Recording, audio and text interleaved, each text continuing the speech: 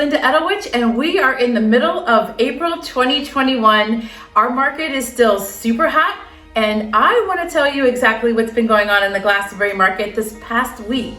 So right now we are at 90 homes under contract. That's incredible. And we have 38 houses that are on the market right now, and 5 additional homes are coming soon.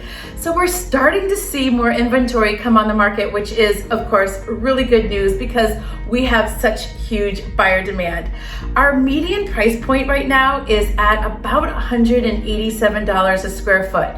Now, if you remember me telling you over the past couple weeks, square footage isn't the only thing that you need to think about when you are pricing out a home. It's just one of the things that we do look at. But what I'd like to do is when I'm reporting this information to you is let you know that it is rising. And that's a really good thing overall. So this time last year, we were seeing homes sell at about 98% list price to square price, to list price to sold price ratio.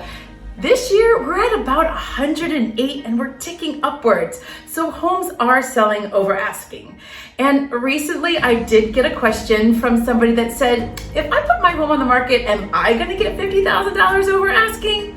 Not necessarily. There is a lot that goes into, number one, preparing a home and pricing it properly to begin with. But also, does the house have a lot of the, check boxes that buyers want? Is it in public water, public sewer? Does it have gas heat? Is it in that neighborhood that everybody is looking for? Does it have all those great updates? Those are the houses that we are really seeing jumping up in price point where buyers are really willing to spend over. So let's think about that. People are saying that's super scary and are we gonna go into a bubble and whatnot. I don't think that's really the case. And what I think buyers are really looking at is if I were to purchase a home right now and I had to invest, buying that house at whatever list price, but then I'd have to invest money in doing a new kitchen or a new bathroom or putting in, some other major component, and spending some really good money investing into that home. I think buyers are really looking at going into a house that already has that done for them and they're willing to spend the money. So they're willing to go up in their price point and in that sort of buy box and going at the higher end of their buy box because it has those updates. So that's the really important thing to consider when you're, talking to your real estate agent and you're wondering, where is that, sweet spot that I should be placing my house on the market for? That's the dollar value that a buyer is going to perceive value, and they will spend more. So on average, we can even go 3 to 5%. Some price points can see a little bit better, over asking than others, and houses certainly, if they have all the updates that we talked about, we can certainly see that going over as well.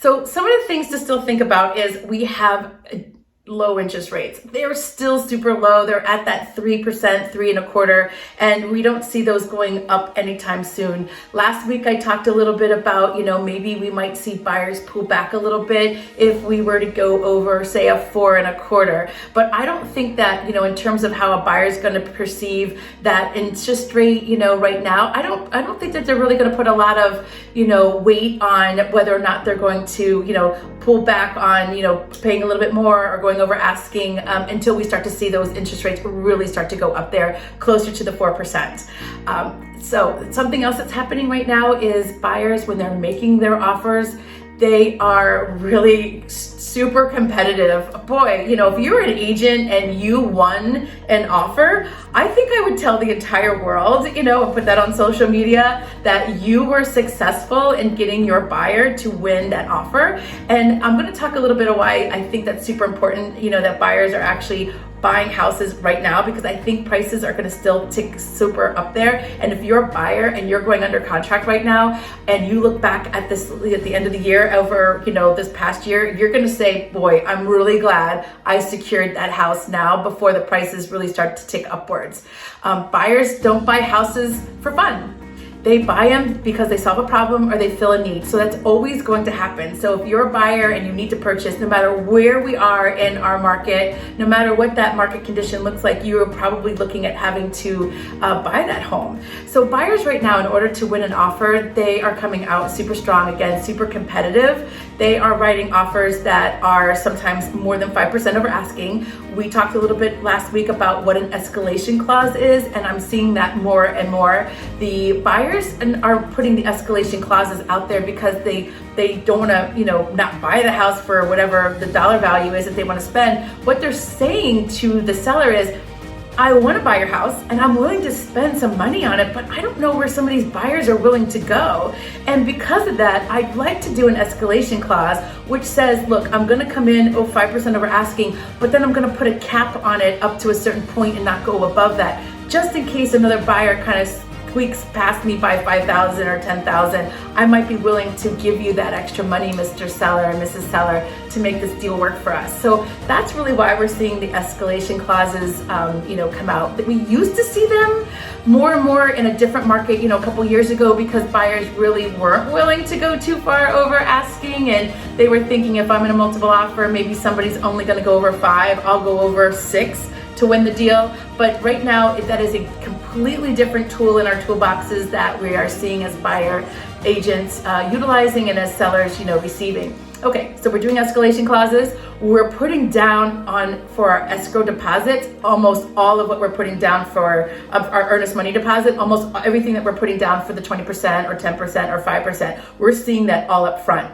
So buyers are coming in and they're dropping their full, whatever it is that they're going to mortgage, the remaining amount of that right up front, and they're giving it to the seller saying, I am so in, I want your house so badly, I am willing to give you the full escrow deposit because I'm showing you I'm not going to be in default. I'm going to be the horse that gets you over the finish line.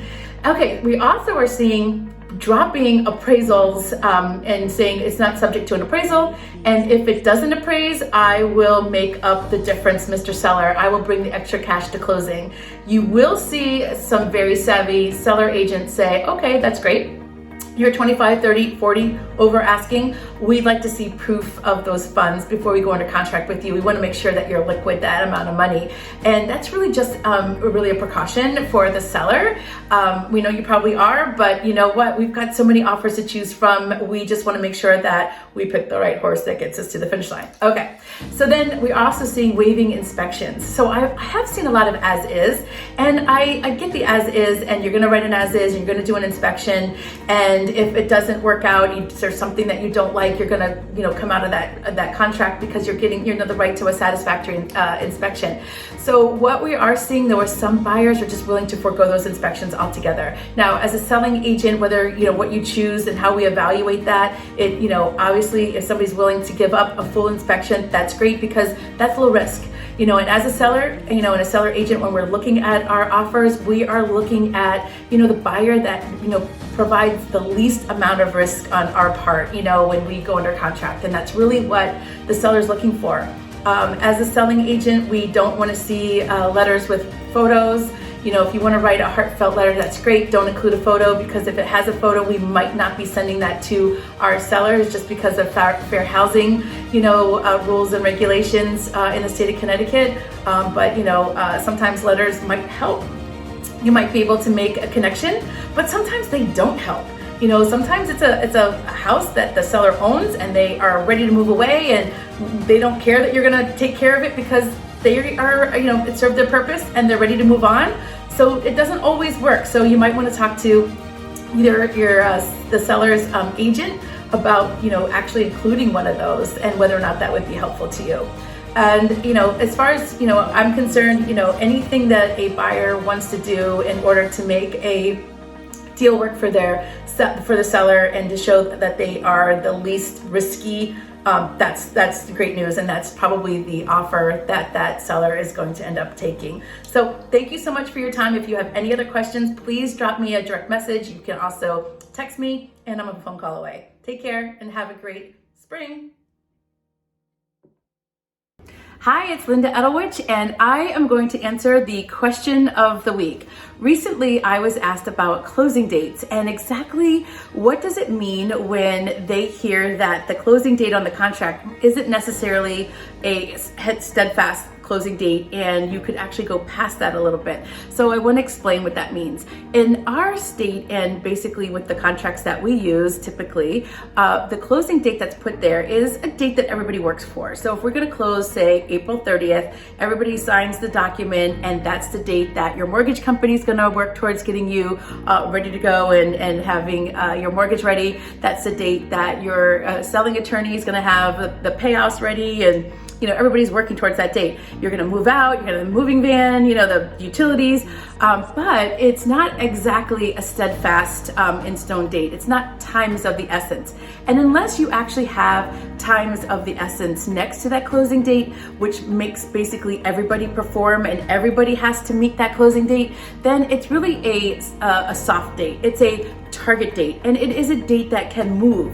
So while everybody works towards that date, you can actually go past that within a reasonable amount of time, and that's basically what the Connecticut courts have opined on, is that reasonable amount of time is about that 2 week or so time frame. And you might have some attorneys that have a difference of opinion, but basically if you're there and you are talking about your attorney and and the two attorneys are talking, they'll figure out where they both are on that page of 2 week time frame.